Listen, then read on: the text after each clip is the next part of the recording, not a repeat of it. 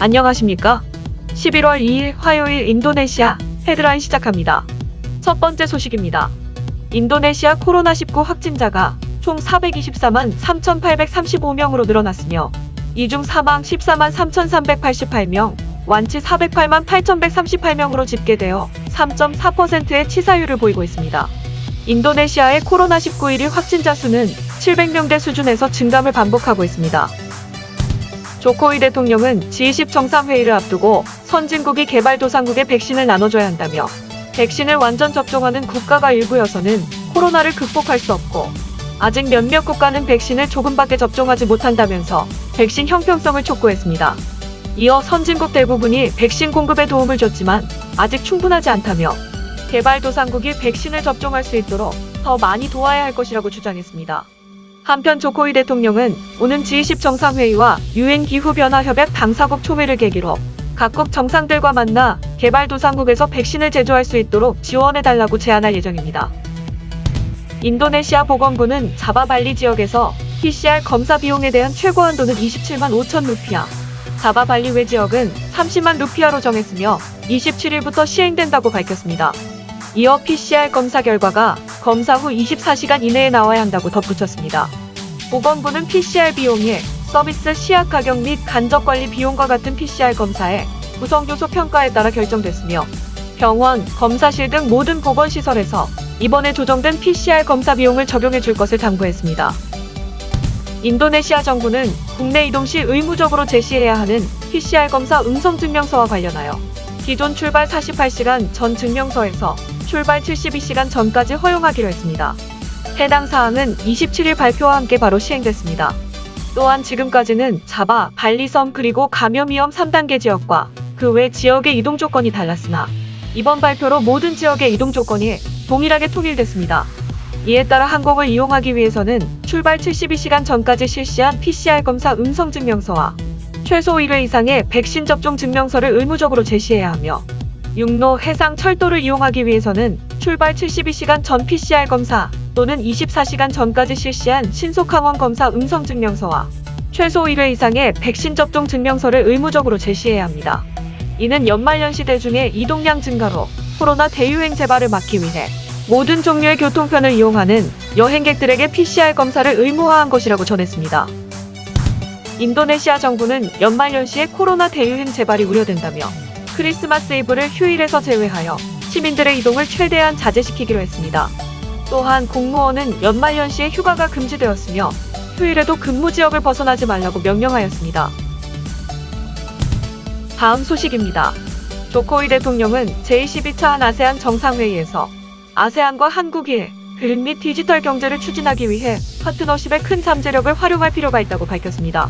또한 아세안의 디지털 경제 잠재력은 2025년까지 2천억 달러에 이를 것으로 추산되고 아세안의 그린 경제 기회는 2030년 10억 달러에 도달할 것이라고 언급했습니다. 이와 관련하여 조코위 대통령은 아세안 회원 국가들과 한국이 그린 및 디지털 경제 발전을 위한 정책 수립 지원과 좋은 생태계 조성 등 해당 두 분야에 대한 투자 확대와 기술 이전 지원에 주력해 줄 것을 당부했습니다.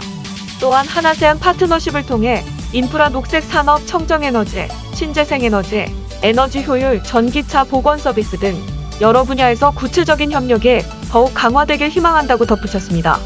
이어 디지털 경제와 그린 경제에서 한아세안 관계 파트너십은 코로나 사태 이후 경제 회복을 가속화할 뿐만 아니라 미래 세대를 위해 지구의 지속 가능성을 유지할 수 있다고 말했습니다.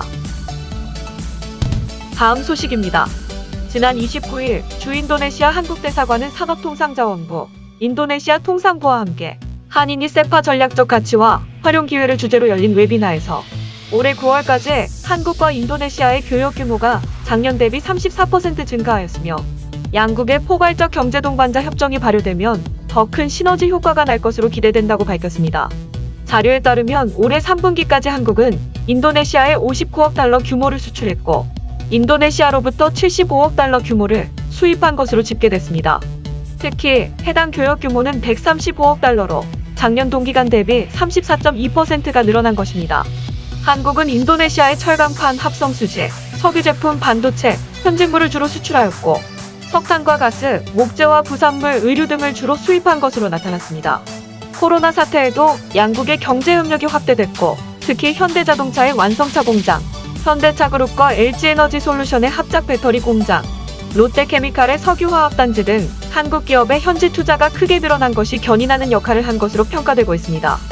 웨비나 참석자들은 양국 간 세파가 발효되면 교역 투자 확대뿐만 아니라 전략적 투자 협력 강화, 인도네시아 중소기업 육성, 디지털 전환, 그린 경제, 인력 양성 등 폭넓은 경제 협력 효과를 가져올 것으로 기대했습니다. 다음 소식입니다. 인도네시아 정보통신부 국장은 인도네시아에서 게임 및 e스포츠 산업이 발전할 수 있도록 정부가 전적으로 지원한다고 말했습니다.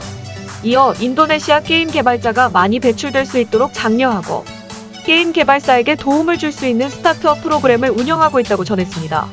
특히 정보통신부 국장은 게임 내에서 인도네시아의 문화와 역사를 보여줄 수 있는 현지화 컨텐츠 제작에 대해서도 적극적으로 권장했습니다.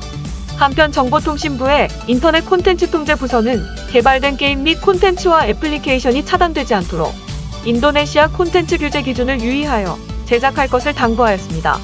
참고로 현재 인도네시아에서 게임 및 e스포츠 산업은 빠른 속도로 성장하고 있습니다.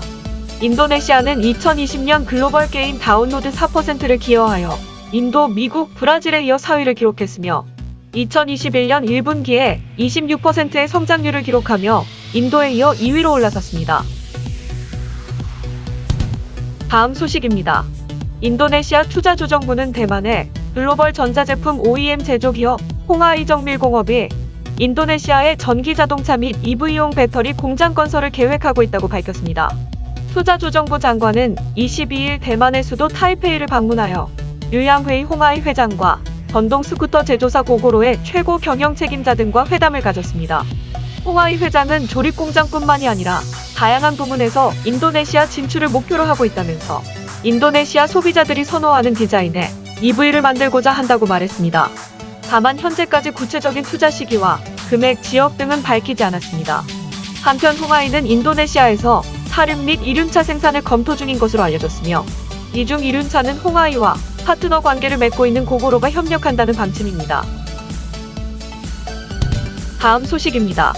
차량 공유 서비스 기업 고잭은 차량 전기화 계획의 일환으로 남부 자카르타에서 총 5,000대의 전기 오토바이를 시험 운행할 계획이며 첫 단계로 500대부터 시작할 것이라고 발표했습니다.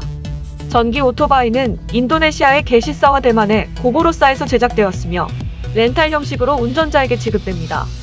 이번 시험 운행은 전기 오토바이를 통해 운전자와 소비자가 어떠한 경험을 하는지 등의 전기 오토바이 운행의 장단점을 확인하는 데에 목적이 있습니다. 앞서 고잭은 단계적으로 전기 차량을 배치하여 2030년까지 차량을 완전 전기화를 목표로 하고 있으며 이를 통해 탄소 중립 회사가 되기로 약속했습니다. 한편 고잭의 경쟁사인 그랩도 최근 인도네시아 제조업체로부터 6,000대의 전기 오토바이를 주문했으며 올해 말까지 인도네시아 전역에 운전자에게 배포할 계획입니다. 다음 소식입니다. 인도네시아 이슬람 단체 나흐타툴 울라마 동부자바 지부가 암호화폐를 하람 또는 이슬람법에 따라 금지된 것으로 선언했습니다.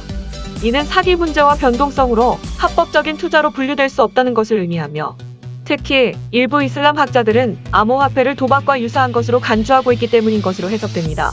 해당 이슬람 단체 대표는 정부가 암호화폐를 상품으로 인정하지만 이슬람 샤리아법에 따라 합법화될 수 없다는 견해를 갖고 있다고 말했습니다. 하지만 이 같은 성명은 법적 구속력은 없습니다. 한편 인도네시아는 세계에서 가장 많은 무슬림 인구를 보유하고 있으며 인도네시아 암호화폐 시장도 지속적으로 성장하고 있습니다. 현재 약 730만 명이 암호화폐를 소유하고 있고 암호화폐에 대한 인도네시아의 관심도 지난 12개월 동안 관련 용어에 대한 구글 검색 증가율이 세계에서 두 번째로 높을 정도로 이에 대한 관심이 급증하고 있습니다. 시청해주셔서 감사합니다. 다음 시간에 뵙겠습니다.